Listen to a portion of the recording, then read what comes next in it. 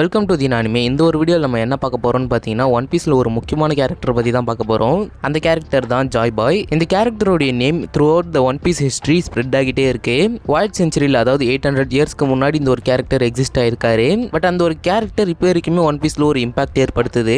அந்த அளவுக்கு அந்த கேரக்டருடைய ஸ்டோரின்றது இருக்கு. பட் நமக்கு முழுசா ஜாய் பாய் பற்றிலாம் தெரியாது. பட் இந்த ஒரு வீடியோவில் ஜாய் பாய்க்கு பின்னாடி இருக்கிற ஒரு ட்ரூத், அதே மாதிரி அவருடைய ஆரிஜின், கனெக்ஷன், பவர்ஸ், அதுக்கப்புறம் அவருடைய ஃபியூச்சர் ரோல் ஒன் பீஸில் எப்படி இருக்க போகுது அப்படின்றத பார்க்க போகிறோம். கண்டிப்பாக இந்த வீடியோ இன்ட்ரெஸ்ட்டாக இருக்கும். அண்ட் இந்த மாதிரி நிறைய வீடியோஸ்க்கு நம்ம சேனலில் சப்ஸ்கிரைப் பண்ணிக்கோங்க. So let's get in to the video.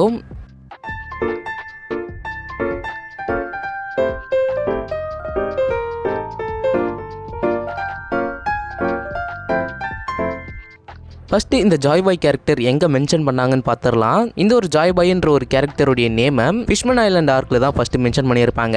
So Niko robin அங்கே இருக்கிற ஒரு ஃபோனோகிளிப்பை டிஸ்கவர் பண்ணுவாங்க. அந்த ஒரு ஃபோனோகிளிப்பில் ஜாய் பாய் ஃபிஷ்மன் ஐலாண்டுக்கு ஒரு அப்பாலஜி எழுதியிருப்பாரு. அந்த ஒரு ஃபோனோகிளிப்பில் அதுவும் வாய்ட் செஞ்சுரியில்.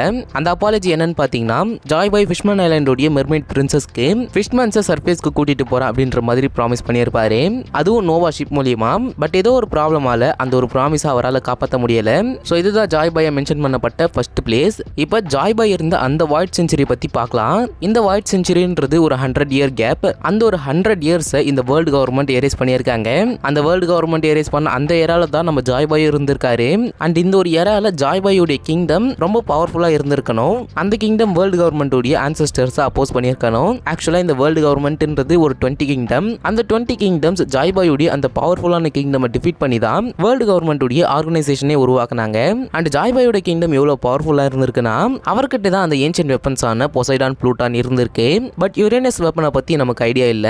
அது எப்படி சொல்றேன்னு பாத்தீங்கன்னா, இந்த பொசைடான் வெப்பன்ன்றது ஃபிஷ்மன் ஐலாண்டோடைய மெர்மைட் பிரின்சஸ் தான். ஸோ 800 இயர்ஸ்க்கு முன்னாடி ஒரு மெர்மைட் பிரின்சஸால சீ கிங்ஸை கண்ட்ரோல் பண்ண முடியும் அப்படின்ற மாதிரி மென்ஷன் பண்ணியிருப்பாங்க ஒன் பீஸ்லயே. அந்த ஒரு மெர்மைட் பிரின்சஸ்க்கு தான் நம்ம ஜாய் பாய் ப்ராமிஸ் பண்ணியிருக்காரு. அதனால அந்த பொசைடான் வெப்பன் நம்ம ஜாய் பாய் கிட்ட இருந்திருக்கணும். அதே மாதிரி ப்ளூட்டான், இந்த ஒரு வெப்பன் இப்போ வானோவுக்கு அண்டர் வாட்டர்ல இருக்கு. ஒருவேளை அந்த ப்ளூட்டான் வெப்பன் வேர்ல்டு கவர்மெண்டோட இருந்தா கண்டிப்பா அது அவங்க சேஃப்டியில இருந்திருக்கும். பட் அது வானோல இருக்கிறதுனால மேபி அது ஜாய் பாயோட தான் இருக்க சான்ஸே இருக்கு. இப்போ அவரோட கிங்டம் பத்தி பார்க்கலாம். ஸோ ஜாய் பாய் இருந்தது ஏன்ஷியன்ட் கிங்டம்ல தான் அப்படின்னு நம்பப்படுது. ஸோ அந்த ஒரு ஏன்ஷியன்ட் கிங்டம் ரொம்ப அட்வான்ஸ்டு சிவிலைசேஷன் அப்படின்னு நம்ம வெகாபங்கே சொல்லியிருப்பாரு. அந்த ஒரு கிங்டம் 20 கிங்டம் சேர்ந்து டெஸ்ட்ராய் பண்ணியிருக்காங்க. அண்ட் அந்த ஒரு டெஸ்ட்ரக்ஷனுக்கு அப்புறமா தான் இந்த வேர்ல்டு கவர்மெண்ட் ஃபார்ம் ஆகியிருக்கு. அண்ட் இந்த கிங்டம் பத்தின சீக்ரெட் தெரிஞ்சிடுமோன்னு இந்த வேர்ல்டு கவர்மெண்ட் ரொம்ப பயப்படுறாங்க.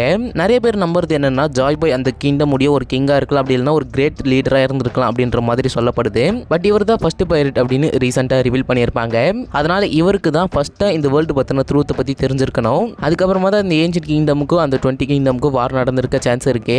ஸோ இதுக்கப்புறமா ஜாய் பாய்க்கும் இந்த வில் ஆஃப் டிக்கும் ஏதாவது கனெக்ஷன் இருக்குமா அப்படின்றத தான் பார்க்க போறோம். இந்த வில் ஆஃப் டி அப்படின்றது ஒன் பீஸோட மெயின் தீம். அது மட்டும் இல்லாம ஒன் பீஸ்ல காமிக்கப்படுற டி கிளான் ஃபேமிலி மெம்பர்ஸ் ரொம்ப இம்பார்ட்டன்டான ஒரு கேரக்டரா இருப்பாங்க.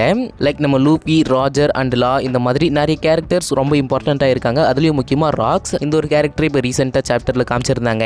எனிவே இந்த மாதிரி டி கிளான் கேரக்டர்ஸ்லாம் ஒன் பீஸ்ல ரொம்ப இம்பார்ட்டன்டான ஒரு கேரக்டர். அதனால ஜாய் பாயுமே ஒரு டி கிளான் மெம்பரா இருக்கலாம். பிகாஸ் ஒன் பீஸ்ல ரிவீல் பண்ணியிருப்பாங்க, இந்த டி கிளான் மெம்பர்ஸ்ன்றது காட்ஸோட எனிமீஸ் நேம். ஒன் பீஸ்ல காட்ஸ்னு சொல்லப்படுறது அந்த செலஸ்டியல் டிராகன்ஸ் மட்டும் தான். ஸோ வாய்ட் செஞ்சுரியில ஜாய் பாயை டிஃபீட் பண்ண அந்த 20 கிங்டம்ஸ் தான் இப்போ செலஸ்டியல் டிராகன்ஸா இருக்காங்க.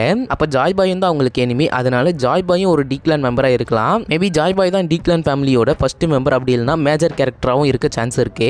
நெக்ஸ்டா ஜாய் பாயோட ரீஅப்பியரன்ஸ் பத்தி பார்க்கலாம். நம்ம வானோ ஆர்க்ல பார்த்திருப்போம், ஜாய் பாய் கேரக்டர் ஒரு பாஸ்டா மட்டும் இல்லாம அவர் ஃபியூச்சர்ல ரிட்டர்ன் ஆவார் அப்படின்னு ரிவீல் பண்ணியிருப்பாங்க. ஸோ ஜுனிஷா வானோவோட கிளைமேக்ஸ்ல மொமோனோஸ்கே கிட்ட ஜாய் பாய் ரிட்டர்ன் ஆயிட்டாரு அப்படின்ற மாதிரி சொல்லியிருக்கோம். அந்த ஒரு டைம்ல லூஃபியும் அவருடைய டெவில் ஃப்ரூட்டை அவேக்கன் பண்ணியிருப்பாரு. அந்த ஒரு இடத்துல ஜாய் பாயோட ரிட்டர்னை பார்த்து மட்டும் நம்ம ஷாக் ஆகல. லூஃபியோட ஒரிஜினல் டெவில் ஃப்ரூட் கோமி நோமி கிடையாது, மித்திகல் ஜோன் டைப்பான ஹிட்டோ நோமி அப்படின்ற மாதிரி சொல்லியிருப்பாங்க. மாடல் சன்கார்டுன்னு ஒரு பெரிய ஷாக்கை ஏற்படுத்தினாங்க. இந்த ஒரு சன்கார்ட் நிக்கா ஃப்ரீடம் அண்ட் ஜாயை ரெப்ரசென்ட் பண்ற ஒரு கேரக்டர். ஸோ அந்த ஒரு இடத்துல சன்கார்டோடைய பவரும் நம்ம லூஃபிக்கு இருந்தது. அண்ட் ஜாய் பாயோட ரீஇன்கார்னேஷனும் அந்த ஒரு இடத்துல நடந்தது. ஆக்சுவலா அது ரீஇன்கார்னேஷன் சொல்ல முடியாது, அது என்னன்னு இப்ப பார்க்கலாம். லூஃபி தான் இப்போ புது ஜாய் பாய் அப்படின்ற மாதிரி நிறைய பேர் பிலீவ் பண்ணிட்டே இருக்காங்க. அண்ட் சில பேர் அந்த இடத்துல ரீஇன்கார்னேஷன் நடந்துச்சு அப்படின்ற மாதிரி நம்புறாங்க. ஆக்சுவலா அந்த ஒரு இடத்துல ரீஇன்கார்னேஷன் நடக்கல. ஜாய் பாயோட வில் லூஃபிக்கு இன்ஹெரிட் ஆகியிருக்கு. பாஸ்ட்ல ஜாய் பாயோட பவர்ஸ் எப்படி இருந்ததுன்னு நமக்கு இன்னும் தெரியாது. பட் பிரசன்ட்ல நம்ம லூஃபிக்கு இருக்கிற பவர் யூஸ் பண்ணி இந்த வேர்ல்டுக்கு ஃப்ரீடம் கொண்டு வர முடியும். லைக் ஜாய் பாய் 800 இயர்ஸ்க்கு முன்னாடி ட்ரை பண்ண மாதிரி. ஸோ இப்போ நம்ம லூஃபிக்கு இந்த வேர்ல்டு சேஞ்ச் பண்ணக்கூடிய ஒரு பவர் இருக்கு. அவரால் எல்லா ரேசஸையும் யுனைட் பண்ண முடியும். இந்த வேர்ல்டு கவர்மெண்ட்டை சேலஞ்ச் பண்ண முடியும். அந்த அளவுக்கு ரொம்ப ஸ்ட்ராங்கான பவர்ஸ் நம்ம லூஃபி கிட்டே இருக்கு. பட் ஸ்டில் நம்ம ஜாய் பாயோடைய ஹாக்கி லெவல் நம்ம லூஃபிக்கு வரல. மேபி ஃபைனல் வார்ல லூஃபிக்கு அந்த பவர் வர சான்ஸ் இருக்கு. இப்போ இந்த ஃபைனல் வார்ல ஜாய் பாயோடைய ரோல் எப்படி இருக்கும்ன்றத பார்க்கலாம். இந்த ஒரு final war Whitebeard and Roger சொன்ன மாதிரி தான் நடக்க சான்ஸ் இருக்கு. அதாவது இந்த ஃபைனல் வார்ல ஒன் பீஸை பத்தி கண்டிப்பா எல்லாருக்கும் தெரிய வரும். At the same time void century பத்தின ட்ரூத்தும் ரிவீல் ஆகும். அது ஒரு மேசிவ் இம்பாக்டே ஏற்படுத்தும். வாய்ட் செஞ்சுரி பத்தி மட்டும் இல்லாம முக்கியமா டீக்ளான் பத்தியும் ரிவீல் ஆகும். முக்கியமா இந்த வேர்ல்டு கவர்மெண்ட் மக்களுக்கு சொன்ன போய் எல்லாமே ரிவீல் ஆகும். ப்ராபப்ளி அதுக்கப்புறமா வேர்ல்டு கவர்மெண்ட்ல வேலை பார்க்குற சில மெரைன் மெம்பர்ஸ் கூட நம்ம ஸ்ட்ரா ஹேட்ஸ் பக்கம் நின்று ஃபைட் பண்ண சான்ஸ் இருக்கு. முக்கியமா இந்த ஒரு ஃபைனல் வார் அப்ப ஜாய் பாயோடைய ஸ்டோரி ரிவீல் ஆகும். அந்த ஒரு ஸ்டோரி இந்த ஒரு ஃபைனல் வார்ல ஒரு பெரிய இம்பாக்ட் ஏற்படுத்தும். பிகாஸ் ஆல்ரெடி ஜாய் பாய் இந்த வேர்ல்டு கவர்மெண்ட் கூட ஃபைட் பண்ணியிருக்காரு. அதனால அவங்களை எப்படி கம்ப்ளீட்டா டிஃபீட் பண்ண முடியும் அப்படின்ற ஒரு ஐடியா அவர்கிட்ட இருக்கும். அப்போ அவரோட ஸ்டோரி ரிவீல் ஆகுச்சுன்னா வேர்ல்டு கவர்மெண்ட்டை டிஃபீட் பண்றது கொஞ்சம் ஈஸியா இருக்கும் இல்லையா? Not only world government weakness, இந்த ஜாய் பாயோட வில்ல கேரி பண்ற நம்ம லூஃபிக்கு ஜாய் பாயோட பவர்ஸ் இருக்கும். அண்ட் நம்மளால நிறைய ட்விஸ்ட்டுமே எதிர்பார்க்க முடியும். அது மட்டும் இல்லாம ஜாய் பாய் இந்த லாஃப்டேல என்ன விட்டுட்டு போயிருக்காருன்னு தெரியல. அண்ட் ராஜர் கிரியூ லாஃப்டேல ரீச் பண்ணியிருப்பாங்க. ரீச் பண்ணி அங்க என்ன இருக்குன்னு பார்த்த உடனே ராஜர் அதை பார்த்துட்டு ரொம்ப சிரிச்சு நம்ம சீக்கிரமா வந்துட்டோம் அப்படின்ற மாதிரி சொல்லியிருப்பாரு. மேபி லூஃபியோட ஜெனரேஷன் கரெக்டான டைம் ஆயிருக்கும்னு நினைக்கிறேன் ஒன் பீஸை ரீச் பண்றதுக்கு. ஓவராலா ஜாய் பாயோட ஸ்டோரி ரிவீல் ஆச்சுன்னா ஏன்ஷியன்ட் கிங்டம், டீக்ளான், அதுக்கப்புறமா வாய்ட் செஞ்சுரி இதை பத்தின எல்லா ட்ரூத்துமே நம்மளால தெரிஞ்சுக்க முடியும். அந்த ட்ரூத் தான் ஃபைனல் வார்ல ஜாய் பாயால இம்பாக்ட் ஏற்படும் அப்படின்ற மாதிரி சொல்லப்படுது. இதை பத்தி நீங்க என்ன நினைக்கிறீங்கன்னு மறக்காம கமெண்ட் பண்ணுங்க. ஃபைனலா ஜாய் பாய் பத்தி சொல்லணும்னா ஜாய் பாய் ஒரு பர்சனுக்கும் மேல. ஜாய் பாய்ன்ற ஒரு கேரக்டர் ஃப்ரீடம் சிம்பிள் பண்ற ஒரு கேரக்டர். ஃபிஷ்மன் ஐலாண்ட்ல இருந்து வானம் வரைக்கும் அண்ட் ஜுனிஷாவோட மெமரியில இருந்து லூஃபியோட அவேக்கனிங் வரைக்குமே ஜாய் பாயோட லெகசி அலைவா தான் இருக்கு. அண்ட் இந்த வீடியோவில் சொன்ன ஒரு இன்ஃபர்மேஷன் மட்டும் ஸ்ட்ராங்கா நிற்கும். என்னன்னு பாத்தீங்கன்னா ஃபைனல் வார் அப்ப ஜாய் பாயோட ஸ்டோரி ரிவீல் ஆச்சுன்னா இந்த வேர்ல்டையே அது ஷேக் பண்ணும். இதை பத்தி உங்களோட தாட்டை மறக்காம கமெண்ட் பண்ணுங்க. அண்ட் ஜாய் பாயோட ஸ்டோரி உங்களுக்கு பிடிச்சிருந்தா மறக்காம லைக் பண்ணிடுங்க. அண்ட் இதுக்கப்புறமா சின்ன ஃபேக்ட்ஸ் அண்ட் தியரிஸை பார்க்கலாம். இதுல ஃபர்ஸ்டா எல்பாஃப்ல காட் வேலி இன்சிடென்ட் ஞாபகப்படுத்துற மாதிரி நிறைய இன்ஃபர்மேஷன்ஸ் இருக்கு. ஏன்னா இந்த ஒரு எல்பாஃப் பார்க்ல நம்ம ஷாம்ராக்கை பார்த்திருப்போம். ஷாம்ராக் ஷாங்ஸோட ட்வின். ஸோ ஷாங்ஸை காட் வேலியில் தான் அபேண்டன் பண்ணியிருப்பாங்க. ஸோ ஷாங்ஸுக்கும் எல்பாஃப்க்கும் இருக்கிற கனெக்ஷன் நமக்கே தெரியும். அண்ட் லோக்கிக்கு ராக்ஸோட கிரீவ்ல ஜாயின் பண்ணணும். அவருமே அந்த காட் வேலி இன்சிடென்ட்ல இருந்தாரு. அவரையுமே ரீசன்ட் சாப்டர்ல ரிவீல் பண்ணிட்டாங்க. அதே மாதிரி ஸ்காப்பர் கவன் இவருமே இப்போ எல்பாஃப்ல இருக்காரு. அண்ட் இவரும் காட் வேலி இன்சிடென்ட்ல இருந்தாரு. அண்ட் லாஸ்டா ஹோலி நைட்ஸ் அவங்க தான் அந்த காட் வேலி இன்சிடென்ட் நடக்கிறதுக்கான ஒரு மெயின் ரீசனாவே இருந்தாங்க. அதே மாதிரி தான் இப்போ எல்பாஃப்லயும் பண்ணிட்டு இருக்காங்க. ஃபைனலா இப்போ அவங்களுக்குள்ள ஃபைட் ஸ்டார்ட் ஆகிடுச்சு.